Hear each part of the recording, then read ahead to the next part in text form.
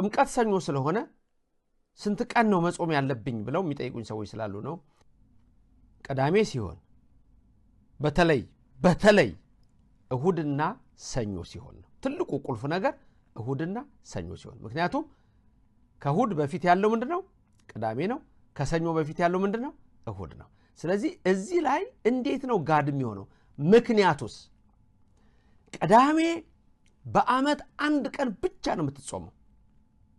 ልብ ብላችሁ ስሙ። ምግብ ሳይበሉ ከምግብ ተከልክሎ የምትጾመው ቅዳሜ አንድ ቀን ብቻ ነው። ቅዳሜ ስዑር ጌታ በመቃብር ስኩብ የሆነበት ማለት ነው። ያ ነው።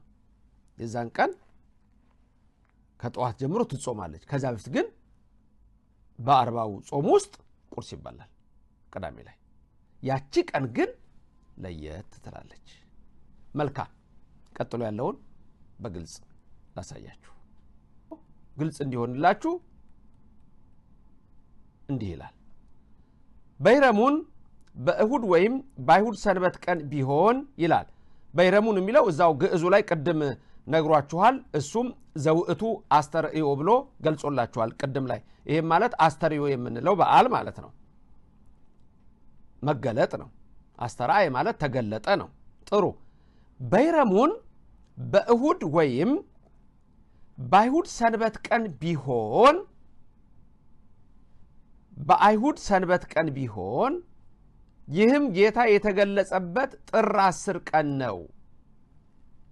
አስተርእዮ ማለት ነው። ጥር 10 ቀን ነው። በዋዜማው ዓርብ እስከ ምሽት ይጹሙ ይላል። ከዛ አስቀድመን እንደተናገርን ጥሉላት አይብሉ፣ የልደትና የጥምቀት በዓልም ሰኞ ቀን ቢሆን ይላል። እዚህ ጋር ትኩረት እንዲሰጠው ፈልጋለሁ። አሁን እሁድ ቀን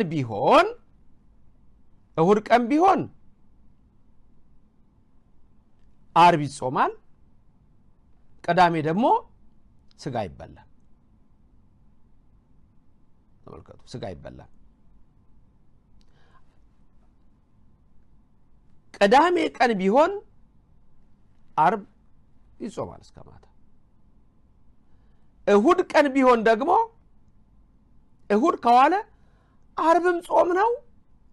ቅዳሜ ግን ዓርብ ዕለት ጾሙና ቅዳሜ ግን ስጋ አትብሉ ነው። ሰኞ ቀን ሲሆን ወደ ኋላ አይሄድም። ይሄን በግልጽ ማየት ይቻላል። ጥምቀት እሁድ ቀን ቢሆን ጋዱ መቼ ይሆናል? ቅዳሜ። ዓርብስ ምንድነው?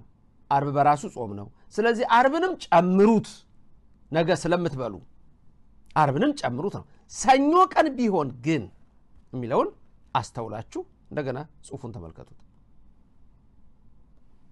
የጥምቀት በዓልም በግልጽ ነው የሚያስቀምጠው። የጥምቀት በዓልም ሰኞ ቀን ቢሆን በሰንበት ቀን ይጾሙ ዘንድ አይቻልም። አያችሁ? የጥምቀት በዓልም ሰኞ ቀን ቢሆን በሰንበት ቀን ይጾሙ ዘንድ አይቻልም። ነገር ግን ጥሉላትን ከመብላት ይጠበቁ ብሎ ያመጣዋል። ይሄም ወበዓለ ጥምቀት በዕለተ ሰኑይ፣ እሱ ላይ እንደምታዩት ወበዓለ ጥምቀት በዕለተ ሰኑይ ኢይትካል ከመ ይጹሙ በዕለተ ሰንበት ዳኢሙ ይተአቀቡ እምነበሊ ጥሉላተ። ስለዚህ ምን ከመብላት መጠበቅ አለባቸው? እሱ ላይ እንደምትመለከቱት የጥሉላት ምግቦችን ከመብላት መጠበቅ አለባቸው ብሎ እሱን ያስቀምጣል። ስለዚህ በግልጽ እሱ ላይ የምታዩት ሰኞ ቀን ብሎ አስቀምጦላችኋል።